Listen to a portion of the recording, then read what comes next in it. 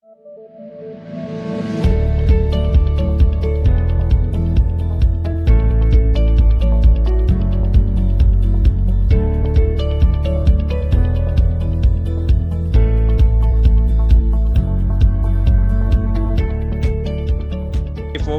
welcome back to SaaSBoomi Behind the Scenes. We have Arvind over here. This is Varun Shoor. And we have Laxman over here from Outplay. Hi. Arvind. Awesome. All right. Let me quickly try and introduce Laxman here. Hey Laxman. Me and Laxman go a long way back, right? From Zagat days, we've been hustling. I think this is his second startup as well. Let me try to do a quick introduction. He's the co-founder of Outplay. Before that, he used to run a couple of startups, I think, same App Virality and Growth Score. And one thing I remember when I used to be in Freshworks, we wanted to try something to get some traction in G2 Crowd and Capterra and something. We had an option to go with established products, but given our relationship, we thought we'll take a stab at Growth Score. And I want to share this number. I think even Laxman doesn't know about these numbers, right? We were at 80 reviews in G2 Crowd with one of our product called Fresh Service and around 140 with Freshdesk. And after working with Laxman and team, and we were able to scale it to 800 reviews in Fresh Service and more than 2,000 reviews in Freshdesk, like it all in like span of less than a year. So that was the kind of traction we used to get, and it was really, really great to see the product scale. And now he has again taken some playbooks from his success at Growth Score and App Virality and started Outplay and raised a significant couple of rounds with Sequoia. So without further ado, Laxman, welcome to the podcast. Awesome. Thank you. Not many people know, but like I used to compete head on with Arvind over here. And being on the other side, I always used to wonder what's this magic sauce which is getting them to create all those reviews. I never knew, Laxman, you were the culprit in that sense. Laxman, would love to have a quick intro from you, your journey, very, very quick, intro on the journey. What got you to this point? What were the beginnings like? And then we'll start off with the questions. Cool. Awesome. Thank you, Arvind and Varun. Thanks for having me on the show. As Arvind said, we go a long back, probably 6 years back or so, when he was doing Jagged and I was doing my first startup, App Virality. Before to that, I was a blogger. I started off with one blog, created a network of 10-15 blogs. And then advertisers started asking me, do you know more blogs I can advertise? So I used to refer people to them. At one point, I said, why am I referring them for free? So let's put up a website and call it as a network of blogs. But on the background, all I had is a Google Sheet with a list of 500 bloggers' email addresses. And on the other side, I was just going through TechCrunch and all these websites, looking at who are raising money, reaching out to all those people. Hey, do you want to have these backlinks, banner advertisements, and all that? So that's how the journey started, where I started learning about internet products and all that. And the first startup was App Virality. I did that for 4.5 years. And Growth Score was kind of a weekend hacky project we did for ourselves to get reviews on App Virality. And then I shared it with Arvind. He gave us an opportunity to work with Freshworks. And Arvind, I don't know the exact numbers back then. Now I know, but I know that people celebrated when you guys beat Zendesk for one of the products on G2 or Capterra sometime. But that was a hacky project. As I said, it's not a full-blown project. Like, we don't have that vision for that. So we've kind of ended that. With all the experience of blogging, App Virality, and then Growth Score, we've come up with Outplay. It's been 18 months we are working on Outplay. We're a team of 65 odd people right now. Raised a couple of rounds from Sequoia. Here we are today. It's a crazy story, right? One thing which really stands out to me is this passion for experimentation, I guess, creating these side hustle projects. So from being a blogger to then doing things that don't scale, literally, in terms of like trying to create a network out of just a simple Google Sheet, and then launching App Virality, and then moving on to Growth Score, which was a mechanism for companies to get more reviews on G2 Crowd and Capterra, and then Outplay. It's all been like these small experiments on a continuous basis to see what works and what doesn't work. And that's very fascinating to me. So we'll touch upon all of those, the thinking behind those experiments, why you decided to get rid of some, why did you decide to build on some of them. Really, really excited to learn more on that. Sure, let's do it. Arvind, Awesome. where do you want to start off with the first question? I'll start with the trust part, right? So, see, one thing again, being a startup, going after Goliaths, the large big companies, right? The trust plays a very, very important role. Like building trust makes a huge difference, and getting the customer voice makes a huge difference. Can I ask you what would be that one secret on how you built the trust? Or what did you recommend, because you've been running that startup, right? So like how important it is, like what would be the secret sauce behind it? Yeah, it's very important, right? That reminds me of the whole journey of that blogging, which allowed us to create that marketplace, right? So when I had that 10 or 15 blogs, the first thing that came in is the trust. An advertiser would come in, advertise on our blogs, and the kind of relationship we build over that month or two would make them ask, do I know any other bloggers? Because 8 years back, we are talking about 8 years back, there was no Stripe and all that stuff. Only way to get paid is PayPal. Someone from US, a marketing manager, sending $100 through PayPal to India is very tough. Like you can't just trust a blogger with a simple page and a contact page and send them $1,000 or a $2,000 to run a campaign on 10 set of blogs, right? So that's where the first time I've learned how important it is to build a relationship and trust. And that what allowed us over that 3 years of period where I and my now co-founder and my brother Ram, right? We both were just sitting in a hostel dorm room, and at the peak we were making $500,000 just through Google Sheet, Gmail, and a network of bloggers. So over time we stopped writing our own content because we had no time to do that, right? So we had all these bloggers, we had all these advertisers coming on just trust and relationship basis, and we are just kind of a middleman or a marketplace. If you look at that as a product, probably it could be a product where bloggers come and register, advertisers come and select, pay online, get metrics and all that stuff, but there was nothing in the background, right? You're talking about Fiverr now, right? I think that is the business now. Yeah, either it could be Fiverr, buy sell ads was the one just coming up back then, but it was only for banner ads. But that's the first learning, like why all these players. We never had a video call also. There was no Zoom or a video call. It was just over a Gmail. Wow. And all I had is Gmail, not even a website or a corporate domain. So these blogs, you started off by writing the content, right? And you mentioned you and your brother were part of this, and then you built this network of bloggers. Were these bloggers local to India, or were they outside India? And how did you reach out to them? Why did they trust you in first place? I get the trust from the advertisers. Why did the bloggers trust you with this, and how did you reach out to them? Yeah, so they started off with initially local, like obviously the Indian bloggers where we go along on Facebook and all that stuff, right?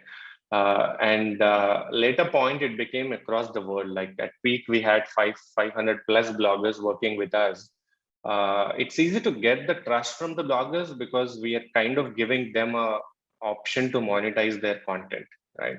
So all I used to do is, let's say there is a travel company that want to do an advertisement on 10 different blogs. So they want a typical review or a banner advertisement displayed, right?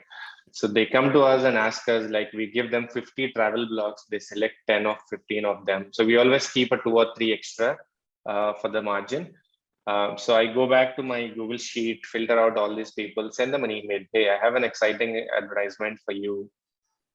This is the length of the advertisement, the budget of the advertisement, whatever it is, right? And then a lot of back and forth emails happen, negotiations happen with all these bloggers. And finally, I would put together a plan. Hey, this is the 10 blogs. It would cost $2,000 or $3,000 for you. This is the time span of the advertisement, form of advertisement. And then we would sign off that with the advertiser. We make a deal. They pay us money. We kind of act like an escrow, right? So these bloggers first put up the advertisement and then we send them the money. Fascinating. So $500,000, this is a pattern that I've seen in the very brief history that you've shared with me, where you had revenue generating assets. Yeah. And you kind of like moved off from them. This is something that I would like to know more, as we go through your journey and when we get to Outplay. I would like to know, it's not easy for people to get rid of these assets, because you kind of like hooked onto that. It's kind of like a drug, right? And you did that not once, not twice, but 3 times before moving on to Outplay. So we'll touch upon this, as we... This is Varun being the bootstrap king. Coming and talking. It's me being it's the capitalist me, right? It's the capitalist me, and I'm like, you have these fantastic businesses really in their own way, and then the transition happens from completely different sectors to these new experiments, and very courageously those old experiments are gotten rid of. So this is something that I'd like to know more, as we go through your journey. So then you moved on to App Virality, right? Which was a plug and play toolkit for all these growth techniques. You really started packaging this. So tell us about like what got you into thinking that maybe you could package this as a toolkit for other SaaS companies. What was the thinking behind that? And what was that first win, which made you think maybe there's something here? Yeah. So as you said, right, it's kind of 3 or 4 times I think we killed these money-making missions, and all thanks to my co-founder and brother who agreed to do that. So while doing all that blogging stuff, we have learned about search engine optimization, driving organic traffic, right? So at one point we were making enough money, and then we got bored of that stuff and said, okay, of making enough money. Yeah, literally. So what am I doing all day long? All day and night, I'm just on the Gmail trying to do a lot of negotiations, follow-ups with the people. Hey, did this live go? Did this ad go live? Why did you remove this? Why did you put a wrong copy? Right. Some kind of all I'm doing is all day long sitting in this Google Sheet and Gmail. So at one point we got bored of that and then said, hey, can we make something that makes money while we sleep? Right. Okay. So that got onto the search engine optimization, looking at what are the top search keywords in India.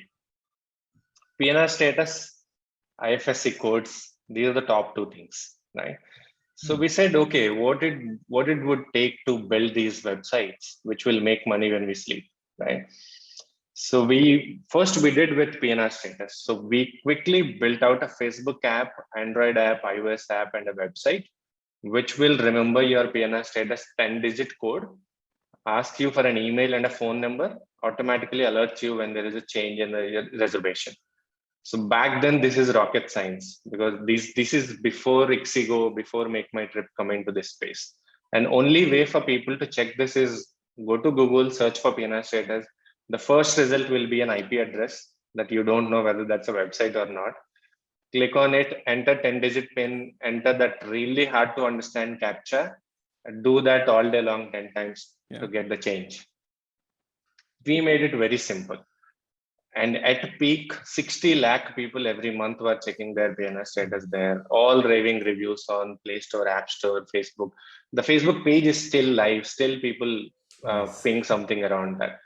I think Play Store, App Store apps were down, I guess. But we were getting huge amount of checks from Google through AdSense for this thing, right? So that's where the App Virality idea stuck in. We did that for again 2 years or so. We built all these micro sites. You build a site, you build some backlinks, because we were bloggers, we know how to build these backlinks, make it rank on top 3, and then see the magic happen, right? Nice. And you built like this IFSC microsite before the likes of Paisa Bazaar and Bank Bazaar even existed. Exactly. Now so everyone is doing hear it out, right? So when the product is free, the people are the product. I think that this is a typical example of how you made money out of the volume there. Nice. Exactly. Now, if you look at the classic PNR status, right, every other big company has that option. Right? Yeah. They're not going to make money through that, even Make My Trip, Ixigo and all that stuff. They're just making people life easy and then stick to the product. And then that's what way they are doing it.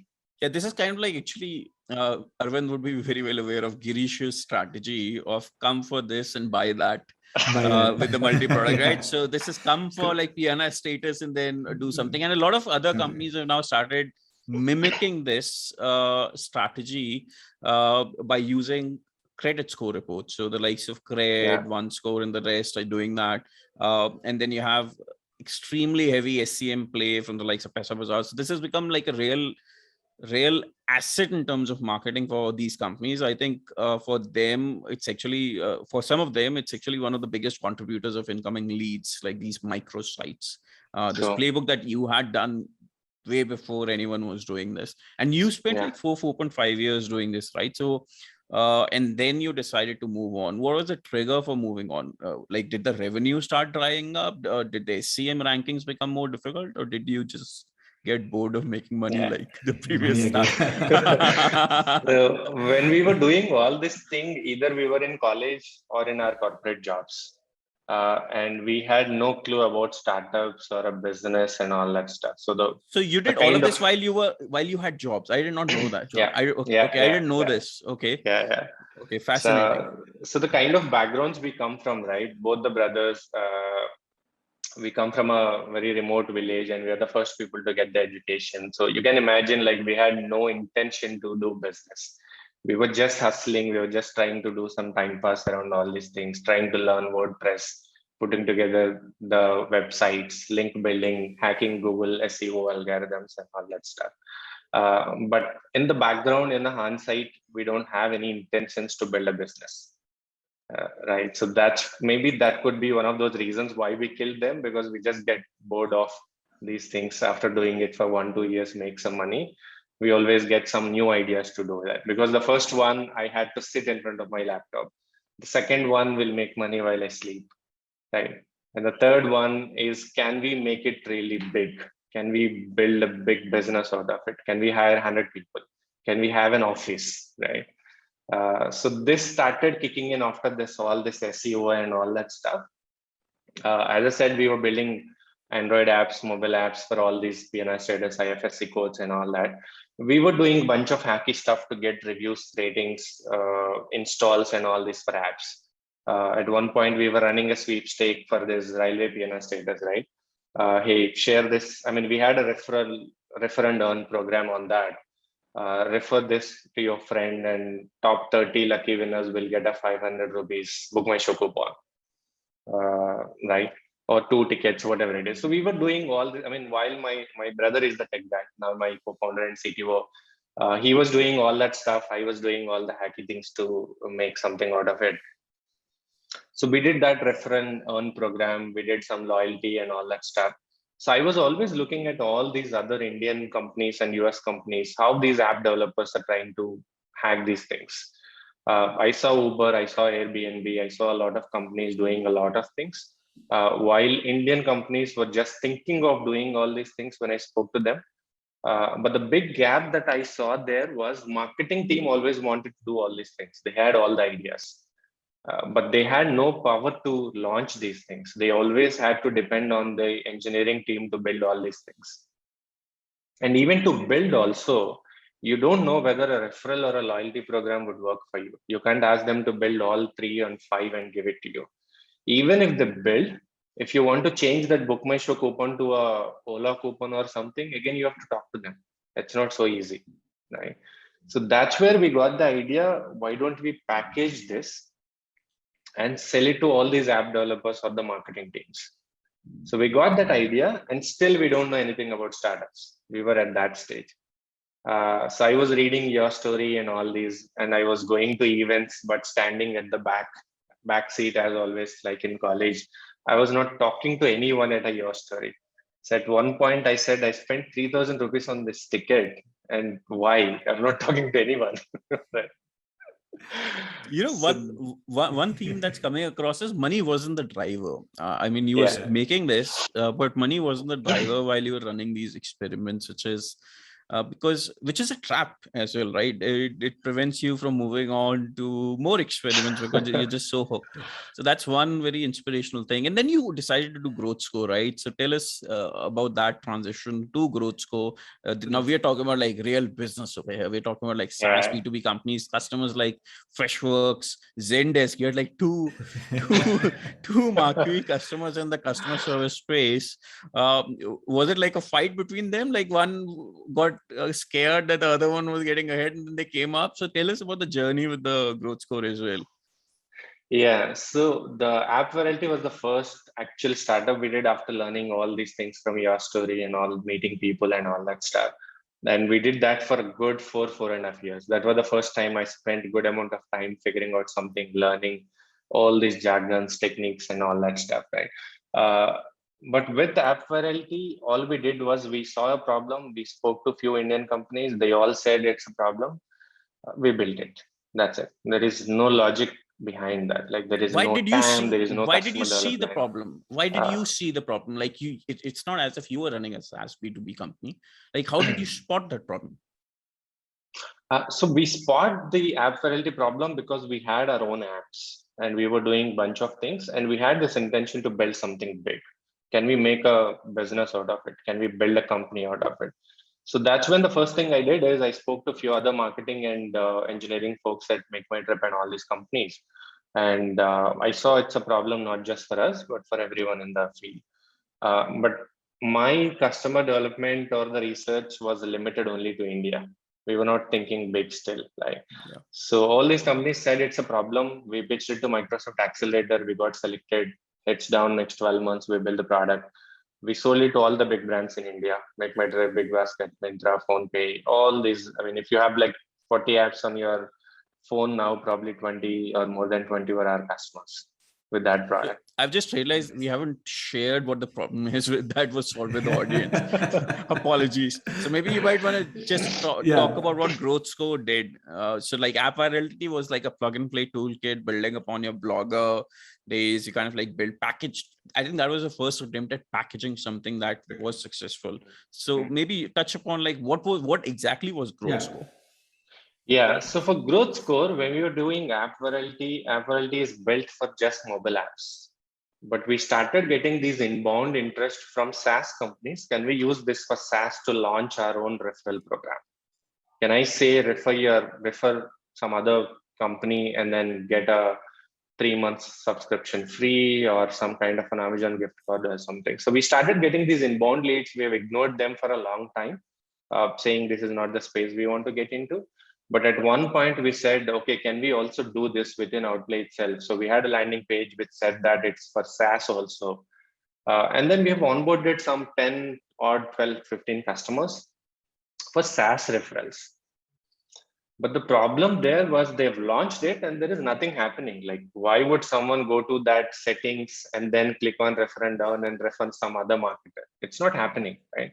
So now the problem statement is, how can we push this? Like, how can we push people to refer people? So that's where the whole idea of Growth Score came in. The first problem is, as a marketer, you don't know who is your happy customer.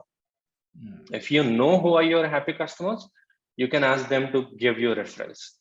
And you don't have to stop at referrals. You can ask them to give reviews, case studies, testimonials. This user-generated content is something that's limitless. There is no end to that. Like, as far as your customers are happy, they can keep generating this content for you. And from a marketer's side, from the user perspective, what I would say is the biggest pain point from my end, from my team folks using the product was what he said. We were always dependent on the developers, even to make a small campaign to get change the smallest coupon or like every week we need to experiment, right? Marketers experiment. The dependency on developers were a big challenge, especially fast growing company. So Growth Score solved that for us. We had the complete control over the campaign.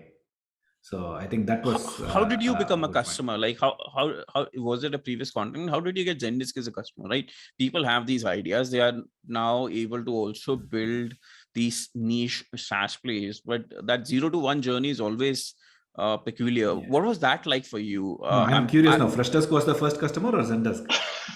Freshdesk was the first one. So you use referral of Freshdesk to Zendesk. Is that it? We just did outbound. Yeah, you did outbound. So you did outbound. So you then mailed all these prominent B2B SaaS companies using Freshworks as a referral case, saying, "Hey, Freshworks already using it. Look at the traction that they've been receiving on the reviews, and you can sign up and get the same level of reviews on G2 Crowd and Captera." So pure hustle, basically. Yeah, to get those pure hustle. Yeah, right. Yeah.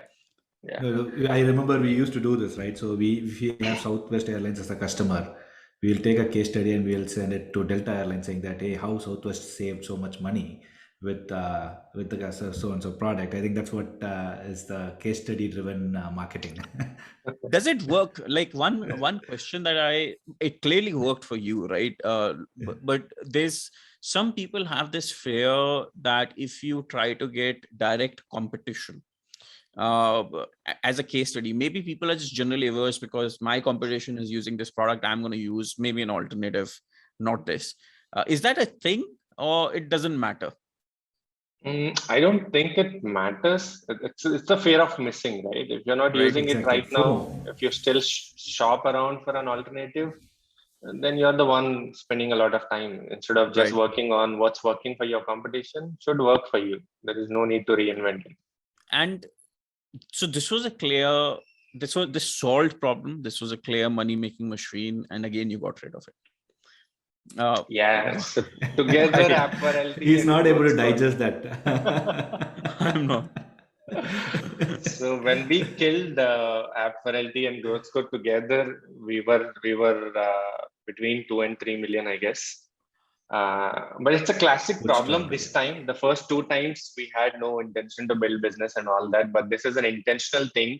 After spending 2.5 years with all these Indian big brands, trying to make them happy, for the first time, I took a flight and spent 4 months in SF trying to see, can I get make my trip of US? Can I get big basket of US? It's not happening because they were 5-6 years ahead of the game. They all built in house or they're using some free tools, whatever it is. So I don't see that scale gonna happen. I don't see the way from this 2 to 10 million happening, right? But the classic problem there is being the first time founder, first time SaaS. I was not clearly doing any research before building it. I didn't look at, are there any players already in the market? How many years they're in market? What's their team size? What's their revenue? How much they have raised? What is the search volume? What is the deal size? Like Make My Trip was paying around $12,000 every month. They're in Gurgaon, I'm in Hyderabad, they're paying me. Can I do that from Hyderabad to US? It's not possible. Like 5-6 years back, you can't close $100,000 deal just sitting in, and it was Skype, not even Zoom, I guess, right? So we've kind of, I had a checklist of problems. I discussed it with our investors and my co-founder, and I said, clearly, this is not like probably I could have built a $5 million again business, but that's not the intention why we left all those money making missions while we were sleeping. I don't have to give a demo, right? Yeah, I came across a tweet recently. I don't remember the author, but it was like, look, entrepreneurs, you're gonna eat glass, so maybe just eat one which is worth fighting for. And that kind of like echoes, the sentiment that you've been trying to share over here. And then you decided to do Outplay, right? And Outplay is in a it's a crowded market, and what people generally would kind of be averse towards, getting into a crowded market. So what was the thought process behind that? So that's a big learning for me over that 5 years of App Virality and Growth Score, right? As Girish say, probably Freshdesk is 600 help desk software, Help desk. right? So until then, the kind of entrepreneur in me was thinking like, if someone is building, I'm not going to build it. We have to build something really unique, innovative, and all that stuff. But that's the big problem. If no one is building, probably there is no need for that, right? Or you may have to spend a lot of time before you start building that thing that no one is doing, right? So after all these learnings of 5 years with App Virality and Growth Score, we had a checklist of 10-15 things why we failed at it, right? So the first thing, there is no market for it. No one else is doing it. Or the ones doing, they're stuck there for the last 5 years. They never raised money. The teams are not more than 20-30 people, right? There are no acquisitions, there are no investments in the space. So these are the basic learnings that took us like 4 or 5 years, the hard way of learning and all that stuff. And why Outplay? If you look at the whole journey, the blogging days, we built a mini version of Outplay. Growth Score, half of that is Outplay again. All Growth Score was doing is doing an NPS survey, CSAT, identify the happy customers, put them in a sequence, reach out to them. Hey, do you want to give a review on G2 Cloud? We will give you a $20 Amazon gift card. The moment they give you a review, then automatically an Amazon gift card will go out to them. So this is all email cadencing, sequencing. So we were always there for last 8 years, somehow doing this thing, right? And I picked that idea and I said, not just this idea, we had 3-4 different things that we were evaluating. So we spent around 8 months figuring out, is this ticking all the learnings that we had? Are there competitors? Have they raised money? Are they unicorns? Do they have teams? Have they raised money? Right? Are there mergers or acquisitions and all that stuff? Is it a defined category? Is there a search volume? So all these things were ticking over that 8-month period of research. So this time we were like pros, like we know how to pick an idea, right? So we did all that exercise before we figure out. And I spoke to over 200 sales leaders. This time I started from US. I said first customer has to be from outside India, right? Nice. So we did all that stuff over a period of 8-12 months before we decide on building it. And then we spent again 12 months actually building it. Very nice. Interesting. So again, the question is, I agree to the point of going after a market which is already established and everything. So what was your thought process? Like this is too big, right? You're going after someone like Outreach and SalesLoft, very, very like strong investors behind them. What was your thought process? What was your motivation behind cracking this market? Yeah, so it was not just going after a well-established category or the competition, raising money and all that. Of course, those factors were there, but it also playing to your strength. So as I said, 8 years back itself, we had something like Outplay. And then recently within Growth Score, we had a piece of Outplay, right? So it's both the things. It's not just going after where there is green, it's also playing to your strengths. So I can't imagine building a developer tool. I was always building something for marketing salespeople. So I know we are strong at it. No, the reason why I asked what was your thought process, you have been always making money, and I think you have been a profitable business from when you're a college student. Did you ever think that you will raise funding? Was that in your thought process? Yeah. It was very clear. It was very clear from the day one that we will be going after Outreach and SalesLoft. And they are the only 2 players, and no one were able to go to the even the third position also. It was very clear from my research, right? So this is the exact problem that we want to do it, right? And that's the reason we were shutting down all the money making things, right? Just go big. And then the market is growing. Obviously, the sales tech is the fastest growing thing now, right? The last decade was MarTech, and now sales tech. Like CRM was the only tool people were using. Now on top of CRM, you're using 10 different products. Right? Nice. And I also see that you closed 2 rounds with Sequoia, and in my opinion, I think that is in a way also investor marketing. So how did you land a prominent VC so early? That to 2 rounds within a year, I guess, right? So a little bit light on that. Yeah, kind of a little bit funny story also. So after doing all these things, we said, okay, let's build Outplay, and I'm not even going to update my LinkedIn that I'm building it. Like we were like, okay, how many times would you kill the business, right? And my co-founder and my brother Ram said, this is the last time I'm working with you. If you ever say kill it, I'm gonna kill you. So internally we said we are a team of like eight people or so that we were building Outplay, and we said until we hit $20,000 in monthly recurring revenue, we're not going to talk to anyone. No VCs, nothing. Like I'm not even going to talk to other founders also, right? Heads down, build the business. So we did that. And I was part of this Axel program called Rebound. It's for second-time entrepreneurs. It's kind of a closed group where we learn from each other and all that stuff. So they made the list public on LinkedIn. These are the 10 or 8 companies part of this Rebound. And as we know, all VCs has this SDR function within VC world, right? So everyone started reaching out to all 10 companies, probably including Outplay. So that was the time exactly we were nearing to our target. And I said, okay, this is a good inbound interest. Let's start engaging with a couple of investors. And at Sequoia, Rajan was our first angel investor in App Virality like 6 years back, right? We never floated a new company. All 6-7 years we were on the same company. We were just trying new products. Cap table investors, everyone was same. Like we were never shutting down and floating. We were just setting products and figuring out new things. So I had a good rapport with Rajan for the last 6-7 years. And even for Sequoia also, I was not responding. So they came through Rajan. Like when Rajan emails, like I had to respond to them. So that's when I started engaging. And then we were not clear to raise even then.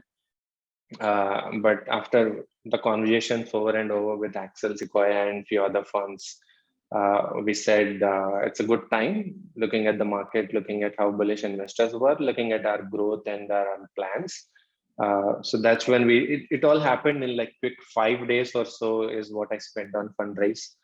Spoke to all good VC firms that are focused on SaaS, and at the end of 6th or 7th day, we closed it. What was the reason behind like waiting till $20,000 MRR? Was it like a PMF waiting to see like the first concrete hints of PMF? Was that the reason, or was it something else?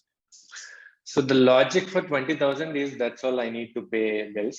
That's all I need to pay the salaries, obviously, and all that. So why some revenue? The answers to these questions are sometimes super simple. Even for his last question, Arun, I was just about to, I'm going back to what I think. The secret sauce of how he raised funding is basically he didn't go behind them, he made them come behind him.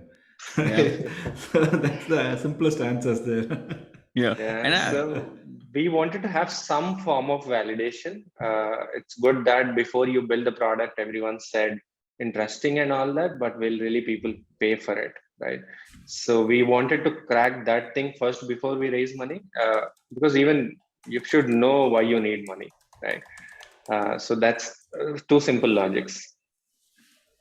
And there's a story, I saw the Medium blog post around how you hacked your way around getting attention of CXOs at Dreamforce. Tell us a bit about that. Like, it's events. I'll give you some color on this one. I think right now ecosystem is it's extremely inbound focused and PLG focused. And there are certain fears around these events. Some companies are very confident they're cracking this really well, but there are these fears around directly reaching out to CXOs, cracking these events. Tell us a bit about this history, because this was a very fascinating story around how you ended up targeting these CXOs at these big companies. So give us some color on that. Yeah, so real quick, it's a very funny story with the Dreamforce also. So I was doing this growth score at the same time I'm doing the research background for Outplay and all that stuff. So I was in US, San Francisco at that time. And there was this event Dreamforce happening. I didn't know much about it. I got an email saying there is a free entry into only a piece of event. You can't go to talks, but you can go to these stalls and all that stuff, right? So I just said, okay, anyways, I'm free. Let's just go there. It's a free ticket. So I went there and saw the scale of this event. Like the whole street is colored with Dreamforce. There is rickshaws, autos, and all that, free coffee, free massage. I was just blown away by the massive scale of this event. And I went to this cellar where they had all these stalls. There are like 1,500 or more even stalls. I was just going through all these stalls and there is no way I can talk to all of them, right? So I just said, okay, what should we do? I just took out my mobile and recorded all the floor. I just recorded the entire floor, and people were just giving all the smiles, pose when you're recording, right? So I recorded that 15-30 minute recording, entire all 1,500 stalls. I sent it to my team in India. 1,500 stalls. So you took photographs. So you took photographs of 1,500 booths, exactly, one by one. It's not even pictures. A photograph. It's just a video. It's a video. Okay. And I sent it to my team in India and said, guys, break this video into photos. pull out the marketing managers or the people look at these G2 Capterra reviews of all these companies, because they are kind of highly qualified companies, because they took a stall, they are integrated with Salesforce, Yeah. they must be funded and all that stuff, right? Exact ICP, high value, right? So we said, break the video, make the photos, pull out the decision makers, start a sequence with this photo. Hey, I was at Dreamforce, I met your team, I took a photo of your team, right? That's like massive. The reply rate is like more than 70%, because I'm not asking anything. I Nice. just said I stopped by your stall. This is a photo of your team. And at least 10-15 companies tweeted that thing, like, because the Nice. team was at a stall smiling and giving pose and all that stuff, right? That was crazy. Like, there is no other way that I could talk to all these people otherwise. Did this convert to leads going forward? Yeah. Yeah, They did. I So don't you built a remember relationship. exactly. We got only 2 or 3 customers. But as I said, I was not bullish on growth score. I know that I want to do something else. But probably for me, it was not a great, I mean, even I didn't do anything, right? I didn't took a stall. I didn't pay for a ticket.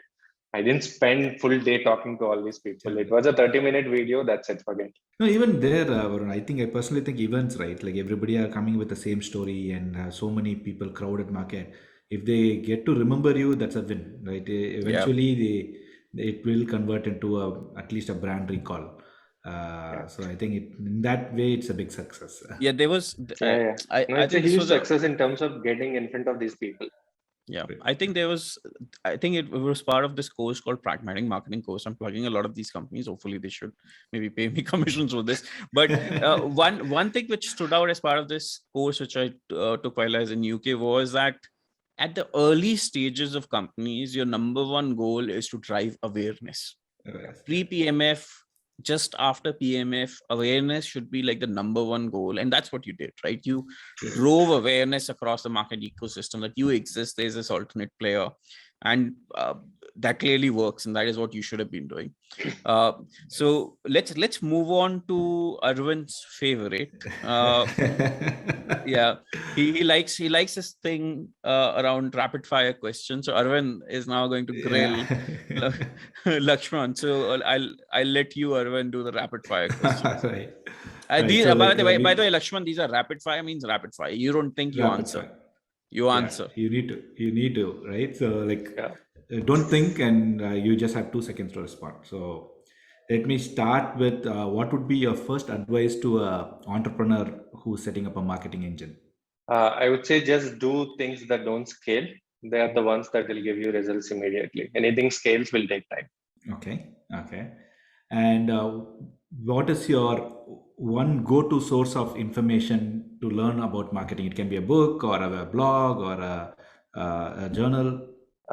I read a lot of drift blogs, and then not just one source. I read a lot of them, but if you ask me one, I like their blogs. Drift blogs. All right.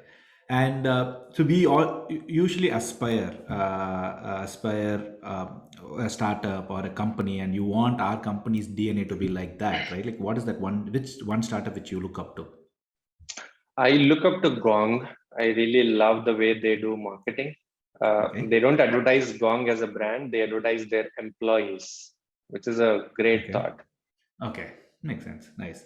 And if you were to recommend a next guest, like one guest you would want to see in this BTS podcast, who would it be? I would say Rohit Darwin-Box. Rohit Darwin-Box, yeah.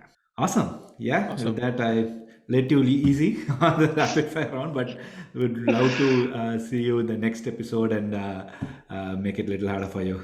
Yeah, this has been a fantastic conversation. I loved the experimentation streak.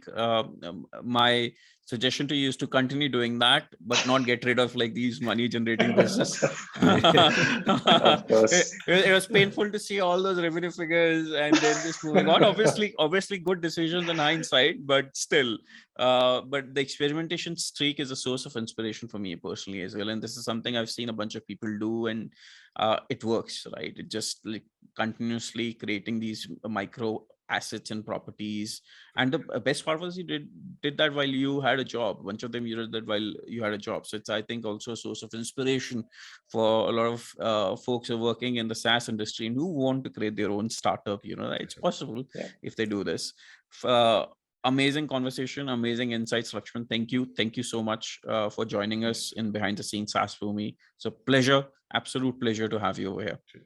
Wonderful. Thank you guys. So much, Thanks for Laxman, having me. Great to see you growing from back in the days to a good startup, and so hope to see you as a big unicorn soon. Awesome. Thank you so Thank much you. to be Thanks, part Arvind. of Thanks, BTS Varun. Podcast. Thanks for having Thanks. me. Yeah. Bye-bye. Thanks, everyone.